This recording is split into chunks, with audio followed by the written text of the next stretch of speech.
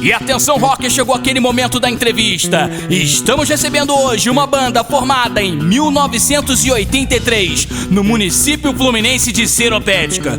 No início, a banda misturava rock com reggae. Posteriormente, passaram a agregar instrumentos de sopro e ritmos latinos. Herbert Viana, Bi Ribeiro e o melhor baterista brasileiro de todos os tempos, João Baroni. E estamos recebendo hoje os Paralamas do Sucesso. E é isso aí, rockers, nós estamos aqui com Baroni na rádio que é simplesmente rock. Baroni, os Paralamas do Sucesso é mais uma banda que teve uma mãozinha da Fluminense FM nos anos 80. Nessa época, não havia internet e, portanto, as bandas contavam, além do seu talento, é claro, com a sorte e com o apoio de algum grupo de mídia. Para os Paralamas, qual foi a importância desse apoio? E, na sua opinião, se os Paralamas estivessem começando agora, as condições seriam melhores, piores ou iguais às da época que vocês começaram? Bom, é meio difícil a gente transferir tudo que aconteceu durante um período, né, para o momento presente. Acho que nos anos 80 houve uma abertura muito grande para as bandas de rock, e isso tudo foi parte de um processo, né, que teve uma ajuda muito grande da maneira como o mercado fonográfico funcionava no Brasil. As grandes gravadoras querendo apostar em retorno financeiro, enfim. Isso é o resultado de vários aspectos assim que rolavam naquela época, nos anos 80.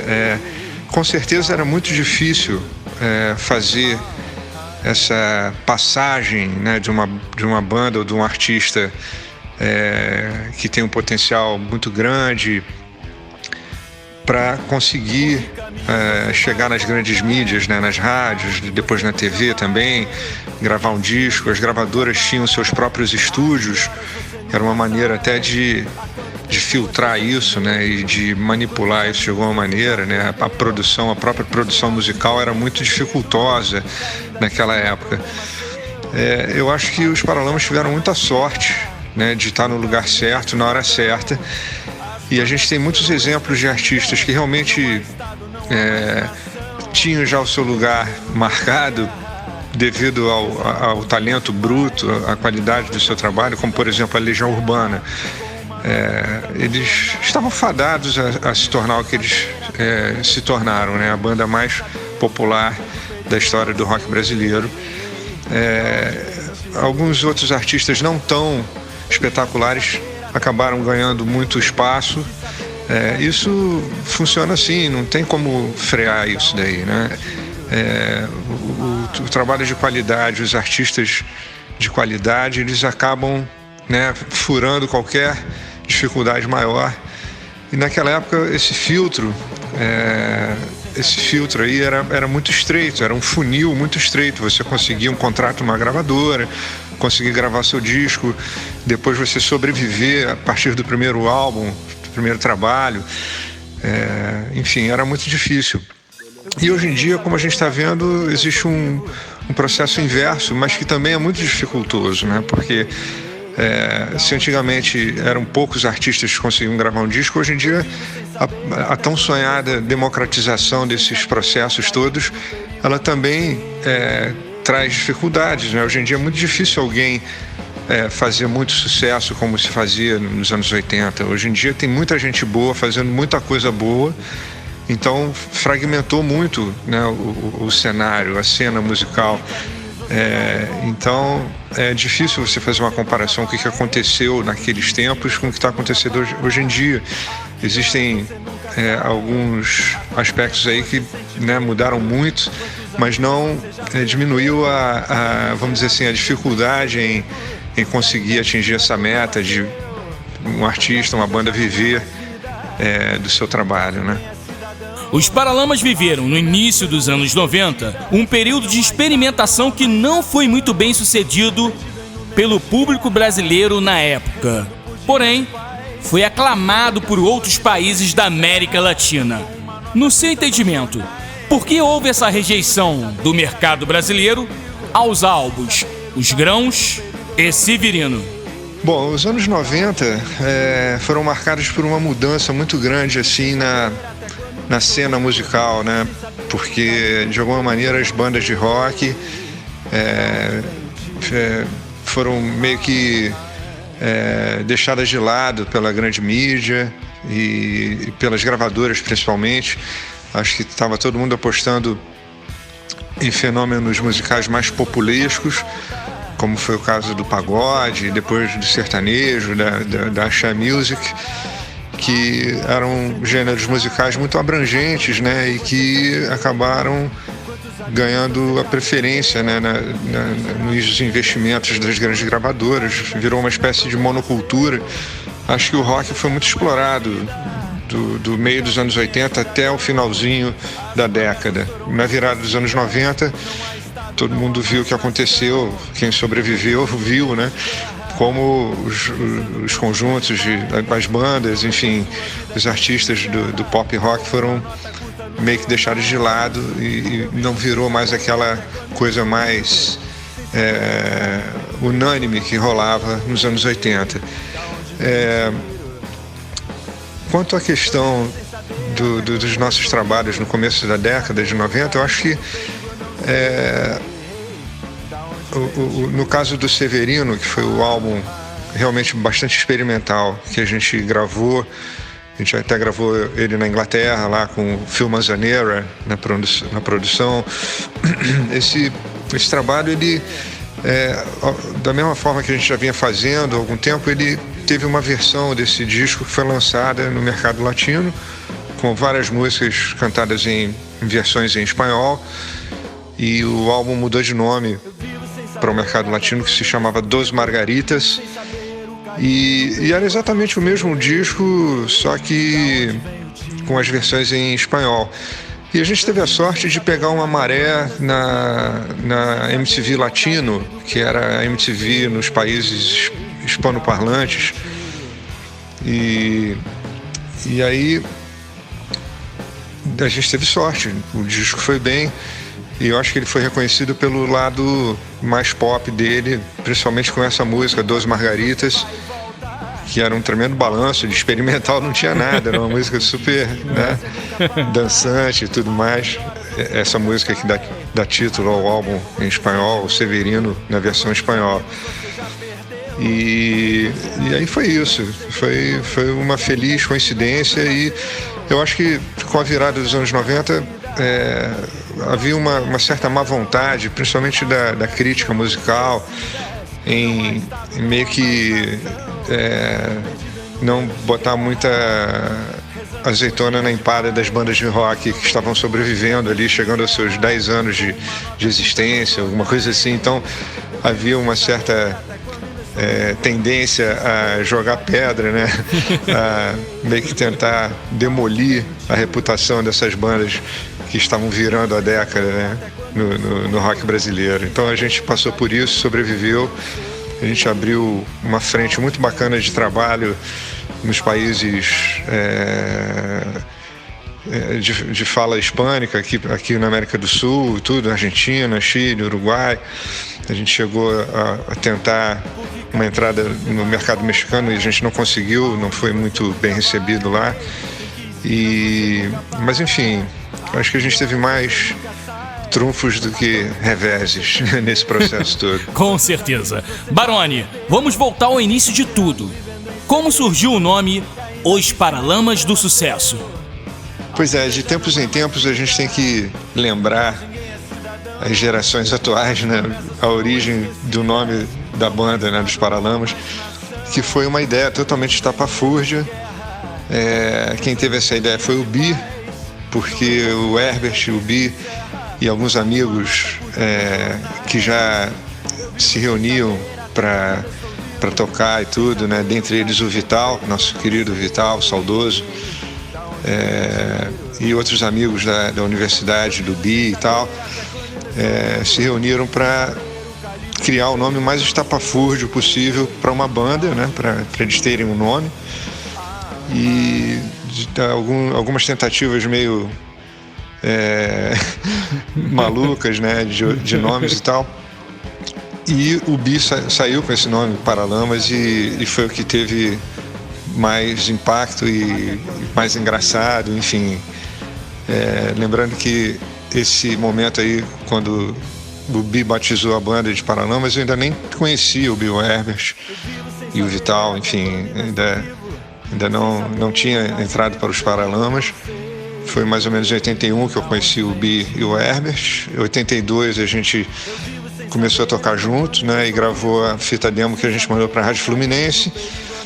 E no começo de 1983 a gente assinou um contrato com a gravadora EMI Odeon, o que a gente registra como o nosso marco zero, né, da nossa carreira musical, quando a gente gravou o compacto de Vital Sua Moto. Depois a gente gravou o nosso primeiro LP, Cinema Mudo, lançado mais ou menos ali no meio de 83. É isso, mais ou menos isso que explica aí a origem dos Paralamas. Vocês sempre inovaram trazendo elementos da música latina e incorporando-a ao rock, ao ska, ao reggae e afins. Como esses elementos foram sendo incorporados à sonoridade da banda e quem é o pai da criança? Bem, quando a gente começou a tocar junto de uma forma um pouco mais séria, né, que foi mais ou menos no final de 1982, a gente já tinha um encanto pela cena do rock inglês, da new wave inglesa, as bandas punk, que já misturavam alguma coisa de reggae, como por exemplo The Clash, né, com alguns álbuns como Sandinista e tal, e Give Them Enough Rope. Todos os álbuns do Clash tinham alguma coisa de reggae muito interessante, né?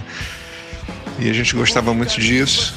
E depois veio o Police também, nessa mistura, que também já tinha muita influência do reggae. Enfim, a gente foi meio que da nossa forma, né, criando essas coisas assim. No início eram muito facilmente explícitas, né, essas influências, né, do Police, das bandas de ska inglesas, né, como Specials, Beat, Selector e tudo mais. E a gente foi botando isso tudo nessa grande feijoada que a gente foi preparando ao longo do tempo. E a gente foi achando mais ou menos a nossa pegada, a nossa mordida para isso tudo, né? Principalmente com as letras do Herbert, que foram um aspecto importantíssimo nesse resultado, né? Não adianta só você tocar, senão a gente seria uma banda instrumental, né? O discurso sempre foi uma coisa importantíssima e que acredito ser uma das essências aí do trabalho dos Paralamas, né? E mais tarde a gente foi aprofundando essas experiências com a Jamaica, com o reggae, com o dub, né? A gente foi se aprofundando. Um dos caras fundamentais nessa imersão do reggae, com certeza, é o Bi Ribeiro, nosso baixista espetacular, que sempre foi um cara que teve uma orelha assim, muito afinada e afiada para essa coisa, né, de misturar coisas interessantes, da música africana, da música latina, do reggae. E a gente foi exercitando isso da maneira mais espontânea, mais orgânica possível. E isso culminou muito com o terceiro álbum, né, que é um álbum decisivo para a gente saber se a gente vai continuar na música ou se vai criar galinha, né? E foi o que aconteceu no Selvagem. A gente, de alguma forma, acertou um monte de aspectos aí nessa mistura que representa hoje em dia o som dos Paralamas, né? Baroni, a Rock FM é a rádio número 1 no segmento rock no Brasil. É uma das mais ouvidas pelo site radios.com.br, é a que tem maior download do seu aplicativo e, claro, evidente, o público do Rio de Janeiro abraça o projeto da Rock FM. E para esse público do Rio de Janeiro, que gostaria de fazer essa pergunta, porque nesta semana e na próxima semana tem Paralamas do Sucesso aqui no Rio de Janeiro. O que o público pode esperar para estes shows? Do dia 5 e 13 de maio, em Campo Grande e Olaria, respectivamente. Pois é, a gente vai fazer esses shows agora no dia 5 e no dia 13 na Zona Norte Carioca, Campo Grande, depois Olaria. A gente adora tocar na nossa cidade, assim, o Rio de Janeiro tem em cada um dos seus recantos, né, tem sempre uma coisa bacana rolando. Eu, por exemplo, passei boa parte da minha adolescência estudando em Campo Grande, né, na Zona Norte do Rio. E vai ser uma alegria poder fazer esses shows. A gente está no momento fazendo um show de grandes sucessos, que é baseado na nossa turnê dos 30 anos. A gente terminou a turnê dos 30 anos há um bom tempo. A gente ia fazer uma meia dúzia de shows, acabou passando 2 anos e meio viajando com a turnê de 30 anos, né, que começou em 2013. Então já faz praticamente 2 anos que a gente encerrou a turnê dos 30 anos, mas o show, pelo seu resultado, continuou sendo o nosso show atual na estrada, né? A gente mexeu um pouco no set list, nas músicas, mas continua basicamente com o mesmo show da turnê de 30 anos, mas é o nosso show de grandes sucessos, né? Tá funcionando muito bem.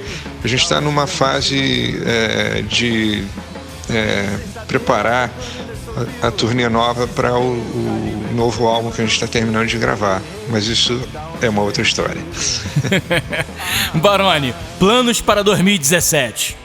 Bom, o ano de 2017 vai se marcar por um novo álbum dos Paralamas, um novo trabalho aí. A gente está praticamente terminando aí a produção do disco. Ele foi gravado mais ou menos agora em março e foi terminado, né, o processo de gravação aqui no Rio e está sendo finalizado em Los Angeles, mixado pelo grande produtor Mário Caldato, um cara que já trabalhou com um monte de artista bacana, e a gente ficou meio querendo experimentar, né, o trabalho com ele. Foi muito bacana, está sendo muito bacana esse trabalho com o Mário Caldato.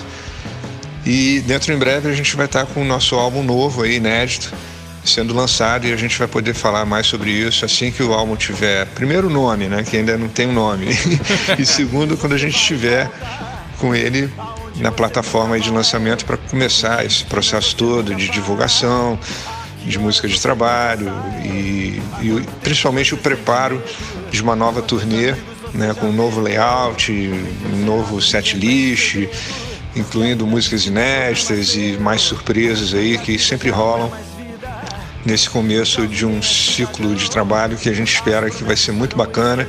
A gente está super confiante e super feliz com o resultado desse material novo, das composições do Herbert, das coisas que a gente gravou aí. E a gente está super na expectativa aí para começar a botar a boca no trombone aí e falar do nosso trabalho novo dentro em breve. Com certeza. Baroni, eu queria agradecer a presença ilustre aqui na rádio, que é simplesmente rock. Eu tenho certeza que todos os fãs dos Paralamas do Sucesso estão ligados agora na Rock FM e, em especial, milhares e milhares de bateristas espalhados pelo Brasil que tem você como referência. Muito obrigado, Baroni. Ok, Migri. Então, aqui João Baroni, em nome dos Paralamas, Bia, Herbert, agradecendo aí o espaço. Muito obrigado, Baroni, pela presença. Rockers, mais uma entrevista de qualidade. Isso só pode rolar na rádio que é simplesmente rock, a Rock FM, fazendo rádio de verdade. E agora iremos curtir mais um som dos Paralamas do Sucesso aqui, na rádio que é simplesmente rock. Rock FM.